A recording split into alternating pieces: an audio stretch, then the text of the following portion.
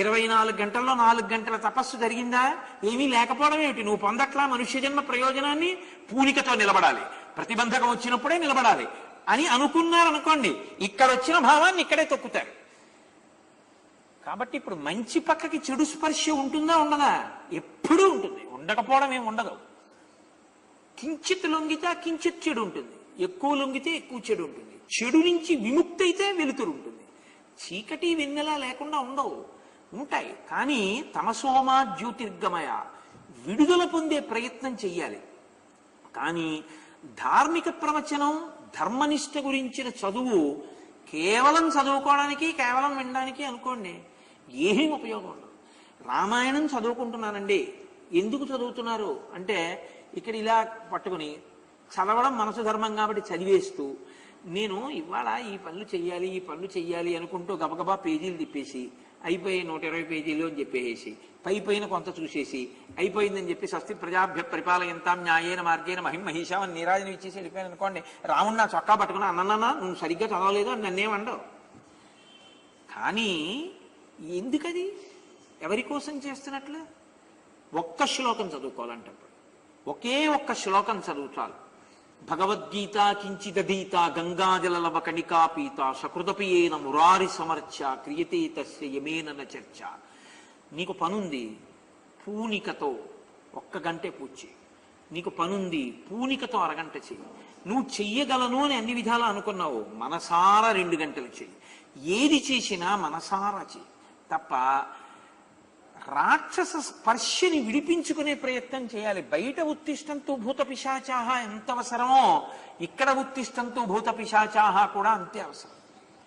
కాబట్టి ఇందులో రావణాసురుడి వైక్లభ్యం ఎక్కడ కనపడుతూ ఉంటుందంటే, మనస్సు యొక్క మూలుగుని మూలుగులాగే ఉంచుతాడు తప్ప మనసు ప్రసంగం చేసే అవకాశాన్ని అసలు ఇవ్వడు. అంటే లోపల నుంచి వచ్చే సంకల్పాన్ని వినడు. దానివల్ల ఏమవుతుందంటే ఎప్పుడూ చెడే, ఎప్పుడూ చెడే. ఇది బాహ్యంలో కూడా తనకి ప్రీతికరమైన మాటలే వినాలనుకుంటాడు తప్ప నాకు ప్రీతికరంగా ఉండడమా లేకపోతే అది అలా జరుగుతుందా దాని గురించి ఆలోచించాడు. నాకొకటి ప్రీతికరం అండి, కానీ నాకు ప్రీతికరం జరుగుతాయి అన్నివి. నీకు ప్రీతికరంగా ఎందుకు ఉండాలి? దాని గుణదోషములను చూసి ఉండిపో అంతే, అంతవరకే నీ స్థితి. అంతేగాని నీకెందుకు దాని గురించి అన్న కోణంలో ఉన్నాడు అనుకోండి, యథార్థం అర్థమవుతుంది. ఓ అవతల సైన్య బలవంతం ఉంది కాబట్టి నేను యథార్థాన్ని గ్రహించవలసి ఉంది అనుకుంటాడు. ఇది ఒక్కనాటికి రావణుడికి రాదు. అందుకే రావణుడు అంటే బహు కోణముల యందు పతనావస్థకి వెడుతూ ఉంటాడు. ఇందులో ఏ ఏ మంచి మార్గాలు ఉంటాయో అన్నిటినీ మూసేస్తాడు. పోని లోపల నుంచి వెండు, బయట నుంచి ఎవరైనా చెప్తే అది వినడు. ఒకరు కాదు, ఎవరు చెప్పినా వినడు. వయసులో పెద్దవాళ్ళు, బంధుత్వం ఉన్నవాళ్ళు, తల్లి, భార్య, గురువు, ఎవరు చెప్పనివ్వండి, ఎంత ప్రమాదం అని చెప్పనివ్వండి, తా పట్టిన కుందేలుకు 3 కాళ్ళు. తనతో ఉండడం అంటే తాను బతికితే బతకడం, తాను చావాలనుకుంటే తనకన్నా ముందు చచ్చిపోవడం. తనకన్నా ముందు, తన తర్వాత కాదు, అది ఒప్పుకోడు. తను అందరి తర్వాత చేస్తాడు, అందరినీ చంపి తను చేస్తాడు. ఎందుకంటే ఏమో అప్పుడైనా తీరుతుందేమో అని ఎదురు చూస్తుంటాడు కాలం. ఇది ఈ ధోరణి ఎక్కడి నుంచి వచ్చేస్తుందంటే, రావణుడు తయారవుతాడు. ఎలా తయారవుతాడంటే, మీరు మార్గాలు మూస్తే రావణుడు తయారవుతాడు. మీరు మార్గాల్ని జాగ్రత్తగా తెలుసుకుని, అమ్మో నాలో రావణుడు పెరుగుతున్నాడు అన్న భావన మీరు పొందారనుకోండి, అంతే, రావణుడు లోపల ఉండే అవకాశం ఉండదు, రాముడే కూర్చుంటాడు. కాబట్టి ఇది మీరు గమనించవలసి ఉంటుంది. శ్రీరామాయణంలో ఈ ధర్మ సూక్ష్మం లేకుండా నేను కేవలం రావణుడి గురించి చెప్పడంలో అది అంత ప్రయోజనకరమో అని నేను అనుకోవట్లేదు. అందుకని నేను మధ్య మధ్యలో ఈ విషయాన్ని మీకు మనవి చేస్తున్నాను. కాబట్టి ఇప్పుడు అక్కడ ఉన్నటువంటి ఆ శుకసారణులిద్దరినీ కూడా కోపగించి పంపించేశాడు.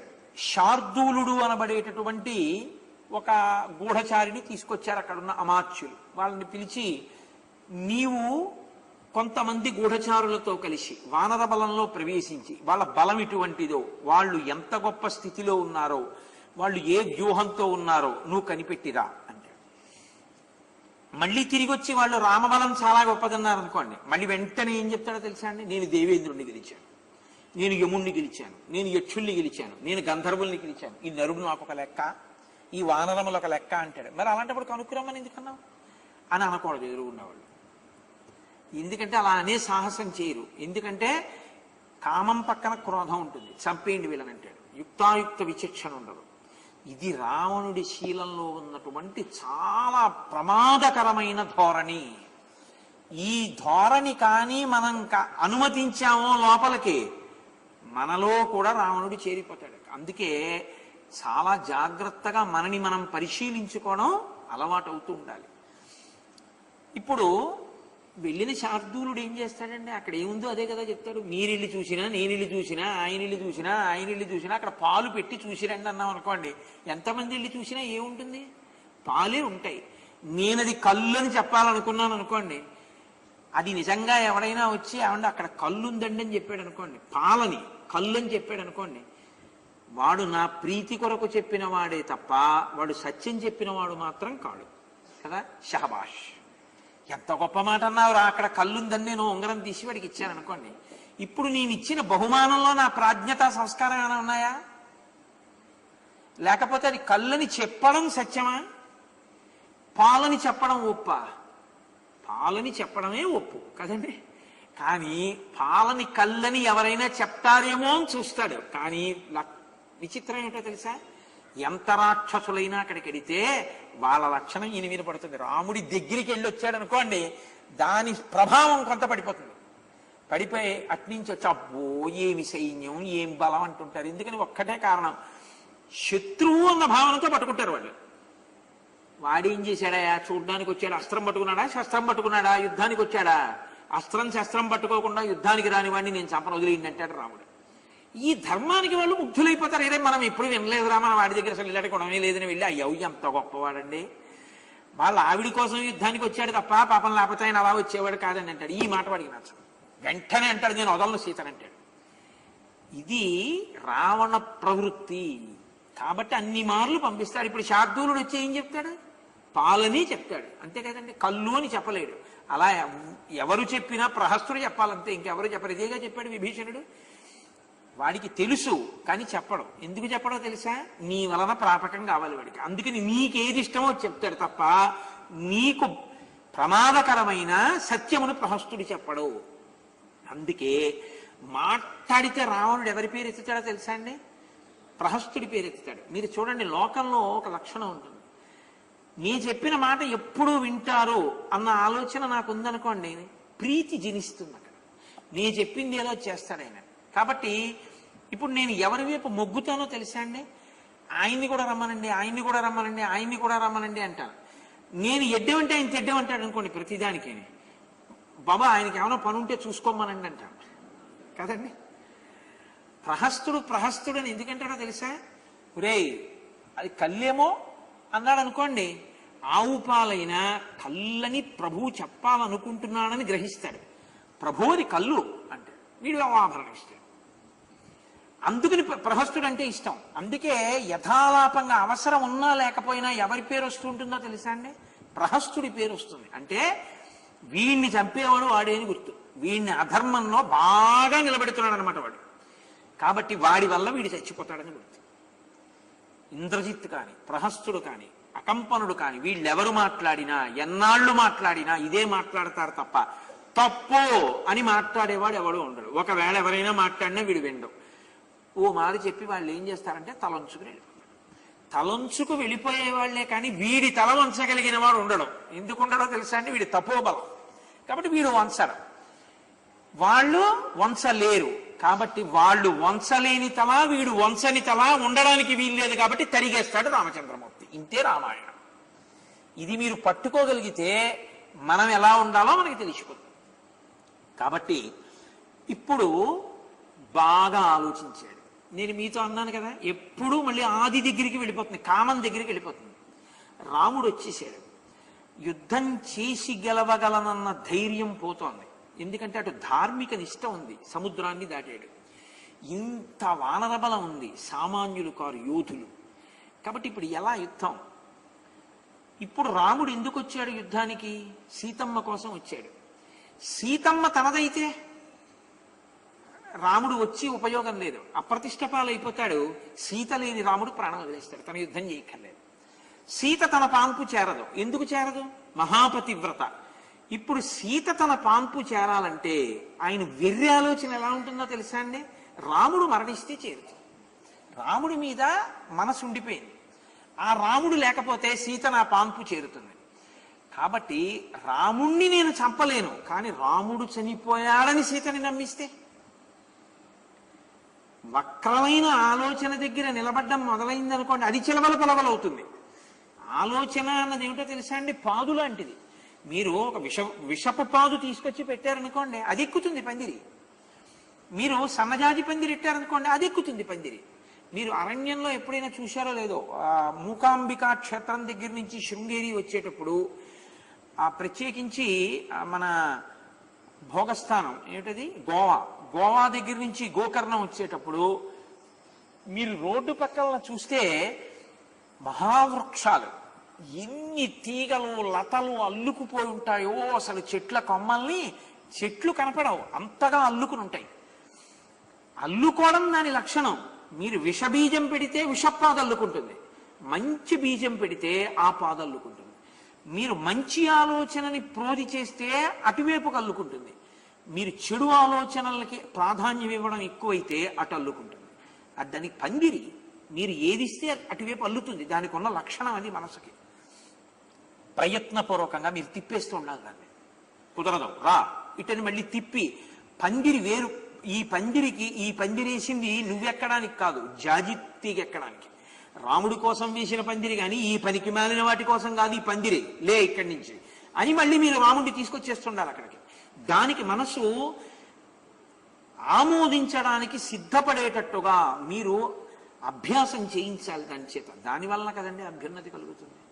కాబట్టి ఇప్పుడు ఆయన ఈ ఆలోచన చేసి ఒక ప్రణాళికా నిర్మాణం చేసుకున్నాడు. చేసుకుని వెంటనే విద్యుజ్జిహ్వుడు అనబడేటటువంటి ఒక రాక్షసుని పిలిచాడు. పిలిచి, శిరో మాయామయం గృహ్య రాఘవస్య నిశాచర త్వం మాం సముపతిష్టస్య మహచ్చ సశరం ధను. రామచంద్రమూర్తి యొక్క శిరస్సు ఎలా ఉంటుందో అటువంటి శిరస్సు ఇక చూస్తే ఎవ్వరూ గుర్తుపట్టకూడదు, రాముడి శిరస్సే అనుకోవాలి. అటువంటి శిరస్సు ఒకదాన్ని సృష్టించు. రాముడి చేతిలో ధనస్సు బాణము ఎలా ఉంటాయో అటువంటి ధనస్సు బాణములు సృష్టి చేసి నేను వెడుతున్నప్పుడు, నేను పిలిచినప్పుడు రావడానికి వీలుగా అశోకవనానికి బయట నిలబడి ఉండు అని చెప్పాడు. చెప్పి తాను అశోకవనానికి బయలుదేరాడు. సీతమ్మ తల్లి కూర్చునుంది. ఆమె నాథుని యందు దృష్టి పెట్టి రామచంద్రమూర్తిని ధ్యానం చేస్తోంది ఆ తల్లి. ఆవిడ దగ్గరికి వెళ్ళి అన్నాడు, ఖరహంతా సతే భర్త రాఘవ సమరేహత. ఈ మాటతో ప్రారంభించాడు. అంటే నేను నిన్ను అపహరించి తీసుకొస్తే నిన్ను రక్షించడానికి వచ్చిన రాముడు నిహతుడయ్యాడు అనడు. తాను రాముణ్ణి సంహరించడానికి కారణం ధార్మికం అన్నట్లు మాట్లాడతాడు. ఎంత లోపల ప్రణాళిక వేసుకుని వెడతాడో చూడండి. ఆడదాని మనసు మభ్యపెట్టడం అన్నదానికి ఎవడైనా ఒక గొప్ప అధ్యాపకుడు అంటూ ఉంటే రావణాసురుడే. ఖరహంతా సతే భర్త, ఖరహంతా సతే భర్త రాఘవ సమరేహత. అక్కడ దండకారణ్యంలో 14,000 మంది ఖరదూషణాదులన్న రాక్షసుల్ని సంహరించిన రాముడున్నాడే, ఆయన సంహరింపబడ్డాడు. చిన్నంతే సర్వతో మూలం దర్పస్తే నిహతోమయ వ్యసనేనాత్మన సీతే మమ భార్యా భవిష్యసి విసృజే మాం మతిం మూఢే కిం మృతేన కరిష్యసి భవస్య భద్రే భార్యాణం సర్వాసాం ఈశ్వరీ మమ అల్పపుణ్యే నివృత్తార్థే మూఢే పండితమానిని శృణు భర్తృవధం సీతే ఘోరం వృత్రవధం యదా. నువ్వు మూర్ఖురాలివై పండితురాలను అనుకుంటుంటావు. లేనిపోని పాపాలు మూటకట్టుకోవడం అంటే ఇదే. నా భర్త అని ఇన్నాళ్ళు అతిశయంతో మాట్లాడావే, ఆ నీ భర్త మరణించాడు, యుద్ధంలో సంహరింపబడ్డాడు. ఆ భర్త అయినటువంటి రాముడు మరణించాడు కనుక ఇప్పుడు నువ్వు నా పాన్పు చేరవలసి ఉంటుంది. పాన్పు చేరితే నా రాణులందరి మీద నువ్వు ఆధిపత్యాన్ని పొందొచ్చు, నువ్వు మహారాణి అవుతావు. ఇంత చెప్పినా నీకు అర్థం కాకపోతే, నువ్వు భోగాన్ని అనుభవించడానికి సిద్ధపడకపోతే నీ అంత మూఢురాలు లోకంలో ఉండదు. నువ్వు చాలా అల్పమైనటువంటి పుణ్యం చేసిన దానివి అని నాకు అర్థమవుతోంది. అందుకే ఇంత గొప్ప అవకాశం వచ్చి కూడా పొందట్లేదు అని, ఎలా రాముణ్ణి చంపామో చెప్తాం విను అని. అథ సుప్తస్య రామస్య ప్రహస్తేన ప్రమాధిన. ఇదే నేను మీతో మనవి చేసింది. ఎవరి పేరు గుర్తొస్తూ ఉంటుందో చూడండి. అశక్తం కృతహస్తేన శిరశ్చిన్నం మహాశిన. ఉత్తర తీరాన్ని చేరినటువంటి రాముడు కొన్ని కోట్ల వానరములతో వచ్చి యుద్ధం చేద్దామని బడలిపోయి రాత్రి శిబిరంలో నిద్రపోతున్నాడు. మా వాళ్ళందరూ కామరూపాలున్న వాళ్ళు. ఇక్కడ ఉన్న రాక్షస సైన్యం అంతా నిశ్శబ్దంగా నిద్రలో ఉన్నటువంటి వానర సైన్యంలోకి ప్రవేశించింది. ఎవరున్నారు ఎక్కడున్నారు అన్నది వెతికి చూసింది. ఒక గుడారంలో రామలక్ష్మణులు నిద్రపోతున్నారు. నిద్రపోతున్నటువంటి రాముడి యొక్క కంఠాన్ని ప్రహస్తుడు తన పెద్ద కత్తితో కోసేశాడు. కోసేస్తే ఇదిగో ఈ కంఠం. విభీషణ సముత్పత్య నిగృహీతో ఎదుర్చయ. విభీషణుణ్ణి మీద పడి బంధించాడు. బంధించి లంకాపట్టణంలోకి తీసుకొచ్చారు. దిశ ప్రవాజిత సర్వై లక్ష్మణ ప్లవగై సహా. కంఠం కోసేసినప్పుడు రాముడు పెట్టినటువంటి అరుపులకి నిద్రలో లేచి చూసినటువంటి లక్ష్మణుడు భయపడిపోయి బతికినటువంటి వానరాలతో కలిసి దిక్కులు పట్టి పారిపోయాడు. ఎటు వెళ్ళిపోయాడో మాకు దొరకలేదు. సుగ్రీవో గ్రీవయా సీతే భగ్నయా ప్లవగాధిప నిరస్త హనుక సీతే హనుమాన్ రాక్షసైర్హత. సుగ్రీవుడు గ్రీవము లేనివాడైపోయాడు, కంఠం తీసేశారు. అలాగే హనుమ యొక్క దవడలు బద్దలైపోయి హనుమ శరీరాన్ని విడిచిపెట్టేశారు. ఇలా వృద్ధుడైపోయినటువంటి జాంబవంతుడు మోకాళ్ల మీద పైకి లేవబోతుంటే ఆయన మోకాళ్ళు నరికేశారు. నరికేస్తే ఆయన ముందుకు పడిపోయి మరణించాడు. ఇలా ఎక్కడి వాళ్ళక్కడ మరణించారు. మైందుడు ద్వివిధుడు నిద్రలో ఉన్న వాళ్ళని ఉన్నట్టుగా చంపేశారు మా వాళ్ళు. దాంతో వానరములన్నీ భయపడిపోయి దిక్కులు పట్టి పారిపోయాయి. నువ్వు ఇప్పటికైనా నమ్ముతావని ఇదిగో ఈ తల తీసుకొచ్చాను, ఇప్పుడు ఆ తలని నీకు చూపిస్తాను చూడు అని విద్యుజిహ్వుణ్ణి పిలిచి ఆ యుద్ధంలో నేల మీద పడిపోయి దుమ్ము కొట్టుకుపోయి రాముడి తలకాయి అక్కడ పడుంటే ఇదిగో ఈ విద్యుజిహ్వుడే తీసుకొచ్చి నా ప్రీతి కొరకు నాకు చూపించాడు అని తానేదో ముట్టుకొని వాళ్ళ ఆ విద్యుజిహ్వుణ్ణి పిలిచి ఆ తల సీతమ్మకి చూపించు అన్నాడు. రాక్షసం క్రూరకర్మాణం విద్యుజిహ్వం త్వమానయ ఏన తద్రాఘవ శిర సంగ్రామాత్ తయమాం హృతం. యుద్ధంలో నిజంగా కంఠము కోయబడినట్టుగా ఉన్నటువంటి రామచంద్రమూర్తి తలలా ఉన్న మాయచేత సృష్టింపబడినటువంటి తలని ఆ విద్యుజిహ్వుడి తీసుకెళ్లి సీతమ్మ ముందు పెట్టాడు. ఒక అబల, ఒక మహాపతివ్రత, అసలే ఆవిడ భయపడిపోయి ఉన్నది. అకస్మాత్తుగా రామచంద్రమూర్తి యొక్క శిరస్సే అన్నట్టుగా కనపడినటువంటి శిరస్సు చూసి ఆవిడ వెంటనే నేల మీద పడిపోయింది. రావణాసురుడు రావణశ్చాపి చిక్షేప భాస్వరం కర్ముకం మహత్ త్రిశులోకేషు విఖ్యాతం సీతాం ఇదమువాచ. చూశావా, 3 లోకములలో చాలా గొప్పదిగా చెప్పబడినటువంటి ఈ ధనస్సు, రత్నములు పొదగబడినటువంటి రాముని యొక్క ధనస్సు బాణములు ఇవిగో చూడు, ఇవి కూడా పట్టుకొచ్చారు అని మాయచేత సృష్టింపబడినటువంటి ధనస్సుని బాణాలని సీతమ్మ దగ్గరికి విసిరేశాడు. విసిరేసి ఆవిడ నేలపడి ఏడిచినటువంటి సర్గ నేను చెప్పలేను, దాన్ని చెప్పక్కర్లేదు కూడా, ఎవరైనా అర్థం చేసుకోగలరు. మహాపతివ్రత అటువంటి సీతమ్మ గురించి మహర్షి అన్నారు, ఏవ ముక్తాతు వైదేహి వేపమానా తపస్విని జగామ జగతీం బాల ఛిన్నాతు కదలీయథ. పెద్దగా పెరిగినటువంటి అరటి చెట్టు పెద్ద గాలేస్తే కింద పడిపోతే ఎలా ఉంటుందో అలా కింద పడిపోయినటువంటి అరటి చెట్టులా ఆమె నేల మీద పడి గుండెలు బాదుకుని రామచంద్రమూర్తి యొక్క శిరస్సు పట్టుకుని ఆక్రందన చేసి ఏడుస్తోంది. పరమ సంతోషంగా అక్కడ నిలబడి ఉన్నాడు. అది రాక్షసత్వం అంటే. ఆయనకి కావలసింది ఏమిటంటే ఏడ్చి ఏడ్చి ఏడ్చి ఏడ్చి రాముడు లేడు కనుక తాను కోరినట్టు సంకల్పిస్తుందేమో అని. అంటే అంతటి అధర్మమైనటువంటి కాముక ప్రవృత్తి ఉన్నవాడు.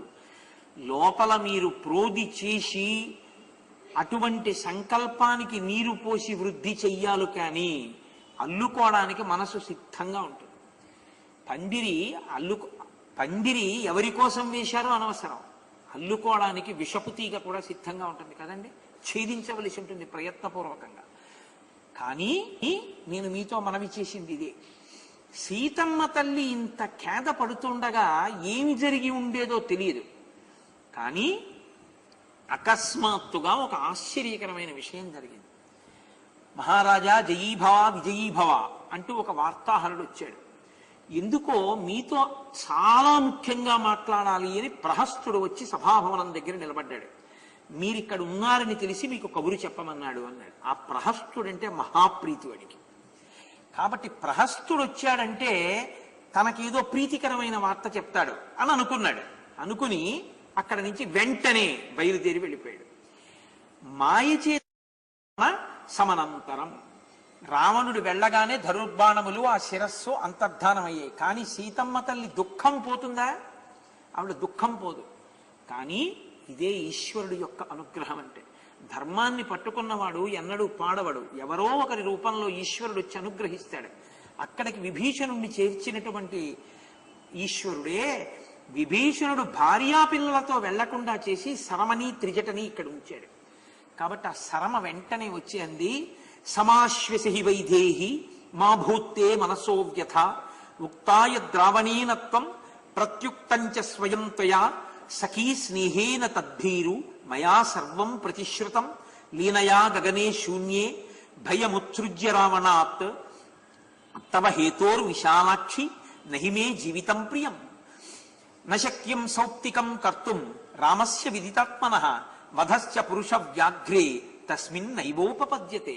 ఆవిడంది, రావణాసురుడు నీతో వచ్చి మాట్లాడుతున్నప్పుడు నేను చాటుగా ఉండి అంతా విన్నాను. నాకు నీ యందు అపారమైనటువంటి స్నేహభావం ఉంది. కాబట్టి ఓ సఖీ, నేను నీతో నిజం చెప్తున్నాను. నేను చెప్తున్నటువంటి మాట నమ్మి విను. వీడి తరమే రావణాసురుడు నిద్రపోతున్నటువంటి రామచంద్రమూర్తి యొక్క కంఠాన్ని కూయించగలడా ప్రహస్తుడితో?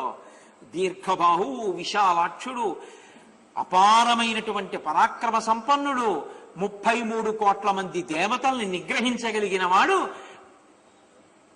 అవతల వైపు సైన్యంలో ఉన్న వీరులు ఆ గుడారంలో ప్రవేశించి కంఠం కొయ్యడానికి వీలైన రీతిలో అందరూ నిద్రపోతూ రాముడు నిద్రపోతాడా? అలా నిద్రపోతుంటే ప్రహస్తుడు వెళ్ళి ఆయన కంఠం కోసేశాడా? ఇవన్నీ నమ్మవలసిన మాటలే. నువ్వు ఎలా నమ్మేశావు? దుఃఖభారంతో. నువ్వు నమ్మవలసిన మాటలు కావు. ఇది ఒక్కనాటికి జరిగిన విషయం కాదు. మాయ చేత సృష్టించాడు శిరస్సుని. అందుకే ఆయన వెళ్ళగానే ఆ శిరస్సు అంతర్ధానమైంది. కాబట్టి సీత, నువ్వు నమ్మకు. రావణుని యొక్క బుద్ధి ఎటువంటిదో తెలుసా? అయుక్త బుద్ధి కృత్యేన సర్వభూత విరోధిన ఇయం ప్రయుక్త రౌద్రేణ మాయా మాయా మాయవిదాత్వయి శోకస్తే విగత సర్వ కళ్యాణం త్వాం ఉపస్థితం ధ్రువం త్వాం భజతే లక్ష్మీ ప్రియం ప్రీతికరం శృణు. నేను చెప్పింది విను. రావణాసురుడు సర్వభూతములతోటి విరోధం తెచ్చుకున్నవాడే. ఎందుకో తెలుసా? ఆయన బుద్ధి ఎప్పుడూ తను కోరుకున్నది అనుభవించాలని ఉంటుంది తప్ప ఇతరుల యొక్క శోకం గురించి, ఇతరుల యొక్క బాధ గురించి అతను ఆలోచించాడు. కాబట్టే ఇన్ని రకాల మాయలు పన్ని తను ఏది కోరుకున్నాడో అది జరిగిపోవాలని తొందరపడుతున్నాడు. కాబట్టి ఆయనని నమ్మవద్దు. నీకు ఈ శోకం ఎంతో కాలం ఉండదు. రాముడు ఈ లంకాపట్టణాన్నంతటిని నశింపచేస్తాడు, నిన్ను చేపడతాడు, నీకు పట్టాభిషేకం అవుతుంది, ఎంతో సంతోషంగా ఉంటావు. నా మాట నమ్ము. నువ్వు హాయిగా ఆనందంగా సంతోషంగా ఉండాలి అంటే, నీకు రక్షణ కలగాలి అంటే, అవతల రాముడు కూడా రక్షింపబడాలి అంటే, నీవు ఇలా బెంగ పెట్టుకొని బాధపడుతూ కూర్చోవడం కాదు. ఈశ్వరుని యొక్క అనుగ్రహాన్ని ప్రోధి చేయి బాగా. ఎప్పుడెప్పుడు కష్టం వచ్చిందో అప్పుడే ఈశ్వరానుగ్రహాన్ని బాగా సంపాదించుకోవాలి. ఈశ్వరానుగ్రహాన్ని బాగా సంపాదించుకోవాలంటే ఇంత కష్టంలో మనసు ఈశ్వరుడి మీద నిలబడదేమో అని అనుకోక్కర్లేదు. ఈశ్వరుడు ఈ కంటికి కనపడేటట్టుగా ఆకాశంలో ప్రకాశిస్తున్నాడు సూర్యనారాయణమూర్తి అయి. నువ్వు ఆయన్ని ఉపాసన చెయ్యి, సూర్యోపాసన చెయ్యండి. రామాయణంలో అత్యద్భుతమైన విషయం ఏమిటో తెలుసా అండి? రావణ సంహారము కొరకు సీతమ్మ తల్లి సూర్యోపాసనే చేసింది. రామచంద్రమూర్తి ఆఖరణ సూర్యోపాసనే చేశారు. అగస్త్య మహర్షి వచ్చి ఆదిత్య హృదయం చెప్తే ఆయన ఉపాసన చేశారు. సీతమ్మ తల్లి కూడా సరమ చెప్పిందని సూర్యోపాసన చేసింది. ఇద్దరూ సూర్యోపాసనలోనే ఉన్నారు. కాబట్టి శలం అంటుంది, సమాగతాత్వం వీర్యేణ మూదిష్యసి మహాత్మన సువర్షేణ సమాయుక్త యథా సస్యేన మేదిని. పంటలతో కూడినటువంటి భూమి ఎంత అందంగా ఉంటుందో అలా రాముడితో కలిసి నువ్వు అంత సంతోషంగా ఉండేటటువంటి రోజులు ముందున్నాయి.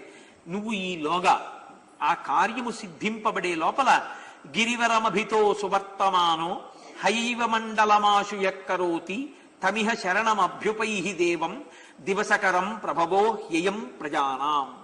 నీవు మహానుభావుడు ఏ ఈశ్వరుడు మేరు పర్వత శిఖరాలకి ప్రదక్షిణంగా గుర్రాలు పూంచిన రథం మీద తిరుగుతుంటాడో, ఏ మహానుభావుడు ఈ మాంసనేత్రము చేత దర్శింపబడతాడో అటువంటి సూర్యనారాయణమూర్తిని ఉపాసన చెయ్యి. ఆయన అనుగ్రహము కలిగితే నీకు సమస్తమైనటువంటి శాంతి, నీకు ఈశ్వరుడి యొక్క రక్షణ కలుగుతాయి. కాబట్టి నీవు ఆ పని చెయ్యవలసింది అని చెప్పింది. సరేనంది, ఆ తల్లి సూర్యోపాసన ప్రారంభం చేసింది అని మనం అనుకోవలసి ఉంటుంది. ఆమె సూర్యనారాయణమూర్తిని ఉపాసన చేస్తాడు. అటువంటి సమయంలో కైకసి రావణాసురుని యొక్క తల్లి, అవిద్ధుడు అని చాలా వృద్ధుడైనటువంటి ఒక మంత్రి, మాల్యవంతుడు అని కైకసి యొక్క సోదరుడు, అంటే రావణాసురుడి యొక్క మేనమామ. మేనమామ గౌరవింపబడవలసినటువంటి వాడు. ఇటువంటి వాళ్ళందరూ కూడా రావణాసురుడి దగ్గరికి వెళ్ళారు. వెళ్ళి ఆయనకి ధర్మబోధ చేశారు. ఈ యుద్ధానికంతటికీ కారణం నువ్వు కేవలం సీతమ్మ తల్లిని తీసుకురావడమే. కాబట్టి నువ్వు ఈ పని చెయ్యవద్దు. ఉపద్రవాలు కనపడుతున్నాయి, దుర్నిమిత్తాలు కనపడుతున్నాయి, లంకాపట్టణం అంతా నశించిపోయే పరిస్థితి కనపడుతోంది. కాబట్టి నువ్వు తీసుకెళ్లి సీతమ్మని అప్పచెప్పి. ఎవరు చెప్పినా ఏం చెప్తారండి? ఇదే చెప్తారు. చెప్పేవాళ్ళు మారతారు. ఒకరికన్నా ఒకరు చెప్తే వింటాడేమో అనుకుని విభీషణుడు చెప్తే వినలేదు, మాల్యవంతుడు వచ్చాడు, అవిద్ధుడు వచ్చాడు, కైకసి వచ్చింది. అంటే తల్లి, మేనమామ, సోదరుడు, మంత్రులు అందరూ ఒక్కొక్కళ్ళు చెప్పే వాళ్ళ జాబితా తరిగిపోతోంది. ఆయన మౌఢ్యం పెరిగిపోతోంది. కాబట్టి ఇప్పుడు వాళ్ళు చెప్పారు, చెప్పినా ఆయన వినలేదు. సరికదా, కోపగించాడు మాల్యవంతుడి మీద. కోపగించి ఒక మాట అన్నాడు, ద్విధా భజ్యేయమప్యేనం నమేయంతు కస్యచిత్ ఏషమే సహజో దోష స్వభావో దురతిక్రమ. ఇదో చిత్రమైనటువంటి లక్షణం రావణాసురుని యందు. మీరు చూడండి, అలా ఉండకూడదు అని మీరు అన్నారనుకోండి, తప్పు, అలా ఉండొద్దు అన్నారనుకోండి, నేనేం చేయను, నా అలవాటు. అలవాటేమిటి? మార్చుకోమనే చెప్తున్నది. బుద్ధి ఈశ్వరుడు ఎందుకు ఇచ్చాడంటే, నీకు ఏ దుర్గుణం ఉందో దాన్ని నువ్వు మార్చుకోవడానికే బుద్ధినిచ్చాడు. అది మార్చుకోమనే నేను చెప్తున్నాను అని మీరు అన్నారనుకోండి, నేను అదే మార్చుకోలేనని చెప్తున్నానంటాడు. మీరు చూడండి, మీరు ఎంత ప్రయత్నం చేయండి, ఒక్కొక్కరు తెల్లవారుజామున లేచేటట్టు మీరు చేయలేరు. ఎంత ప్రయత్నం చేయండి, వాళ్ళు లేవరు. రాత్రి అంతసేపు తెలివిగా ఉండవద్దు అని చెప్పండి, మీరు ఉంచలేరు. నువ్వు ఈ బలహీనతని అతిక్రమించు, నీలో బలం ఉంది, ప్రోధి చేసుకో, మీరు ఎంత చెప్పండి, వాళ్ళు ఏ మాట అడ్డు పెట్టి తప్పుకుంటారో తెలుసా అండి? నా స్వభావం అంట. తప్ప కాదు, నేను దీని నుంచి విముక్తుడనవుతాను, నేను ఇక ఈ పని చెయ్యను అని మీరు సంకల్పం చేస్తే గట్టిగా మీరు బయటికి రాగలరు. కానీ వాడు ఏం చెప్తాడంటే, ఇదే నా స్వభావం అంటాడు. ఇది నా స్వభావం ఏంటి? అలా ఉండదు ప్రపంచంలో. స్వభావం అన్న మాట మీరు మార్చుకోగలరు. అందుకే ఈశ్వరుడు మీకు బుద్ధినిచ్చాడు. మిగిలిన ప్రాణుల కన్నా మనుష్యునికున్న గొప్పతనం ఏంటి? బుద్ధి ఉండడమే. ఆ బుద్ధితోనే జయించగలగాలి. ఎలా జయిస్తారు అంటే, భగవద్గీత అందుకే వచ్చింది. మీరు జయించడానికి మార్గాలు చెప్పింది గీత. మీరు ఒక ప్రత్యేకమైనటువంటి సమయంలో ఈశ్వరుణ్ణి ఉపాసన చేద్దామంటే చేయలేకపోతున్నారు, ధర్మాన్ని చేయలేకపోతున్నారు, మీరు పుణ్యాన్ని మూట కట్టుకోలేకపోతున్నారు. అప్పుడు ఈశ్వరుడు ఏం చెప్పాడంటే, ఎక్కడ మొదలెడతావో తెలుసా? నీ మనసు నా దగ్గర పెట్టు. మయ్యేవ మన ఆధత్సామయి బుద్ధిని నివేశయ. నీ మనసు నా దగ్గర పెట్టి, నీ బుద్ధి నా దగ్గర పెట్టు. అలా కుదిరితే ఇంకేం స్వామి, ఉండట్లేదు నా మనసు నీ దగ్గర. అప్పుడు ఏం చేస్తావో తెలుసా? దీన్ని పట్టుకొచ్చి నా దగ్గర పెట్టు. నీ మనసు ఉంచకపోని దీన్ని పట్టుకొచ్చి పెట్టు. సాయంకాలం వేళ అయ్యేటప్పటికి ఏదో దురలవాటు మీద కడుతోంది మనసు. దీన్ని పట్టుకొచ్చి రోజు శివాలయానికి ఎడతాను అని ఒక నిర్ణయం చేసుకుని 6 నుంచి 7 శివాలయంలో కూర్చుంటాను అని తీసుకెళ్లి దీన్ని అక్కడ వారేశారనుకోండి మీరు. ఇది ఏం చేస్తుందో తెలుసా అండి? దీనికి ఉన్న బలము బలహీనత అదే. పావు తక్కువ వారికి గుర్తు చేస్తుంది, గుళ్ళోకి వెళ్ళాలి కదా అంటుంది. అప్పుడు మీరు అన్నారనుకోండి ప్రమాదం వస్తుంది. అవును వెళ్ళాలి అంటున్నారు అనుకోండి, కొన్నాళ్ళకి ఏమవుతుందో తెలుసండి, మీకు